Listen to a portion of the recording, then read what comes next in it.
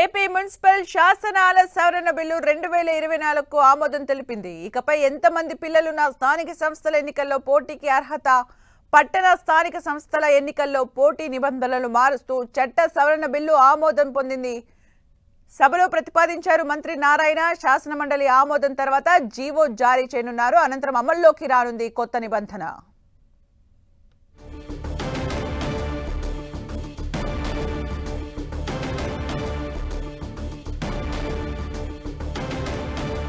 AP municipal శాసనాల సవరణ bill 2024కు ఆమోదం తెలిపింది ఏపీ అసెంబ్లీ. ఇకపై ఎంతమంది పిల్లలున్న స్థానిక సంస్థల ఎన్నికల్లో పోటీకి అర్హత, పట్టణ స్థానిక సంస్థల ఎన్నికల్లో పోటీ నిబంధనలు మారుస్తూ చట్ట సవరణ బిల్లు తీసుకొచ్చారు. అయితే బిల్లు ఆమోదం పొందింది. ఇక మంత్రి నారాయణ బిల్లును ప్రతిపాదించారు. శాసన మండలి ఆమోదం తర్వాత జీవో జారీ చేయనున్నారు. అనంతరం బిల్లు అమల్లోకి రానుంది.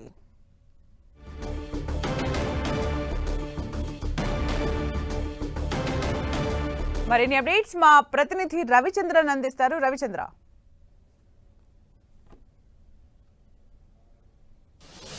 ఈరోజు ఆంధ్రప్రదేశ్ అసెంబ్లీలో ఒక కీలక నిర్ణయం తీసుకుంది.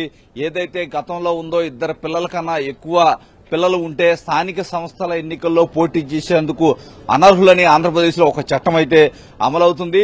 దీనివల్ల ఏదైతే మున్సిపల్ ఎలక్షన్ లో కావచ్చు, పంచాయతీ ఎలక్షన్ లో కావచ్చు, ఎంపీటీసీ జడ్పీటీసీ ఎన్నికల్లో గానీ పోటీ చేయడానికి ముగ్గురు పిల్లలుంటే అనర్హతగా ఇప్పుడు వరకు భావించేవారు.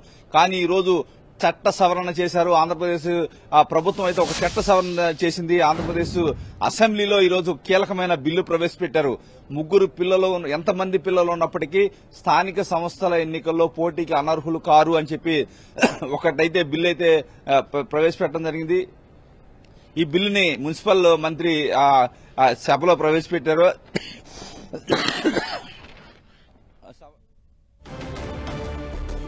కళ్యాణ్ తరపున నాదెండ్ల మనోహర్, పంచాయతీరాజ్ శాఖ మంత్రి తరపున ఏదైతే నాదెండ్ల మనోహర్ కూడా ఇక్కడ బిల్లు ప్రవేశపెట్టడం జరిగింది.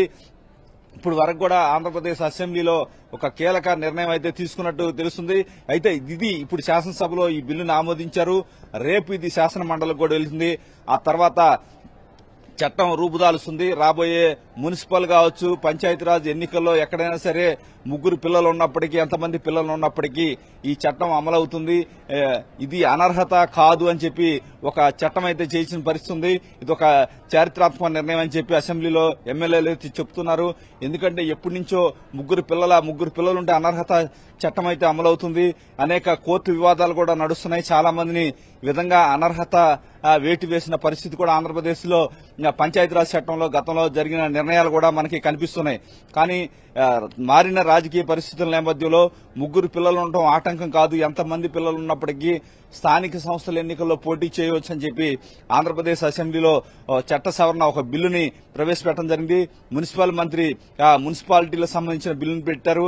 అదేవిధంగా పంచాయతీరాజ్ శాఖ మంత్రి డిప్యూటీ సీఎం పవన్ కళ్యాణ్ తరఫున నాదెండ్ల మనోహర్ బిల్లును ప్రవేశపెట్టారు. శాసనసభ ఈ బిల్లును ఆమోదించింది. నెక్స్ట్ ఇది శాసన మండలికి వెళ్తుంది. శాసన మండలిలో కూడా ఒక కీలక ఏదైతే ఈ బిల్లును ఆమోదం తెలిపిన తర్వాత గవర్నర్ నోటిఫై చేస్తారో ఆ తర్వాత జరిగే ఏదైతే స్థానిక సంస్థల ఎన్నికల్లో ఎంతమంది పిల్లలు ఉన్నా గానీ పోటీ చేయొచ్చు, వారి అనర్హత వేటు పడదని చెప్పి ఈ చట్టం అయితే చెబుతుంది.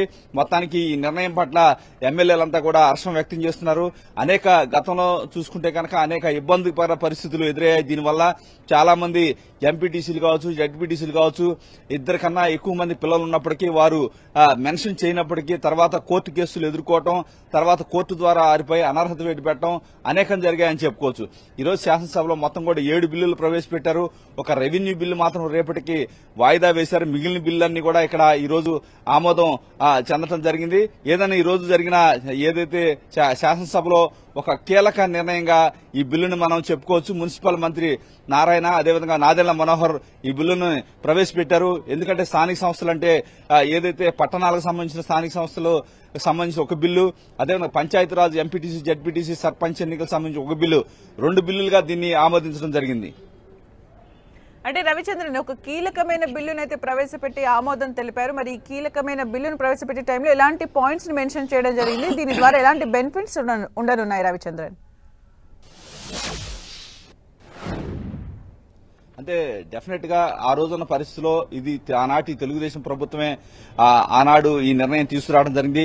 కానీ రాజకీయంగా మారిన పరిస్థితుల నేపథ్యంలో ఇప్పుడు ఎట్టి పరిస్థితుల్లో కూడా ఇది ఆటంకంగా ఉండకూడదు, పిల్లలు అనేది వారి రాజకీయంగా వారి పదవులకి ఆటంకంగా ఉండకూడదని చంద్రబాబు భావించారు. ఈ నేపథ్యంలోనే ఈ చట్ట సవరణ చేయడానికి చంద్రబాబు సంకల్పించారు. ఈ నేపథ్యంలోనే అనేక పార్టీలో డిస్కషన్ చేసిన అనంతరం ఏదైతే ఎన్నికల సమయంలో కూడా చంద్రబాబుకు హామీలు ఇచ్చిన నేపథ్యంలోనే ఈ రోజు కీలక నిర్ణయం తీసుకున్నారు.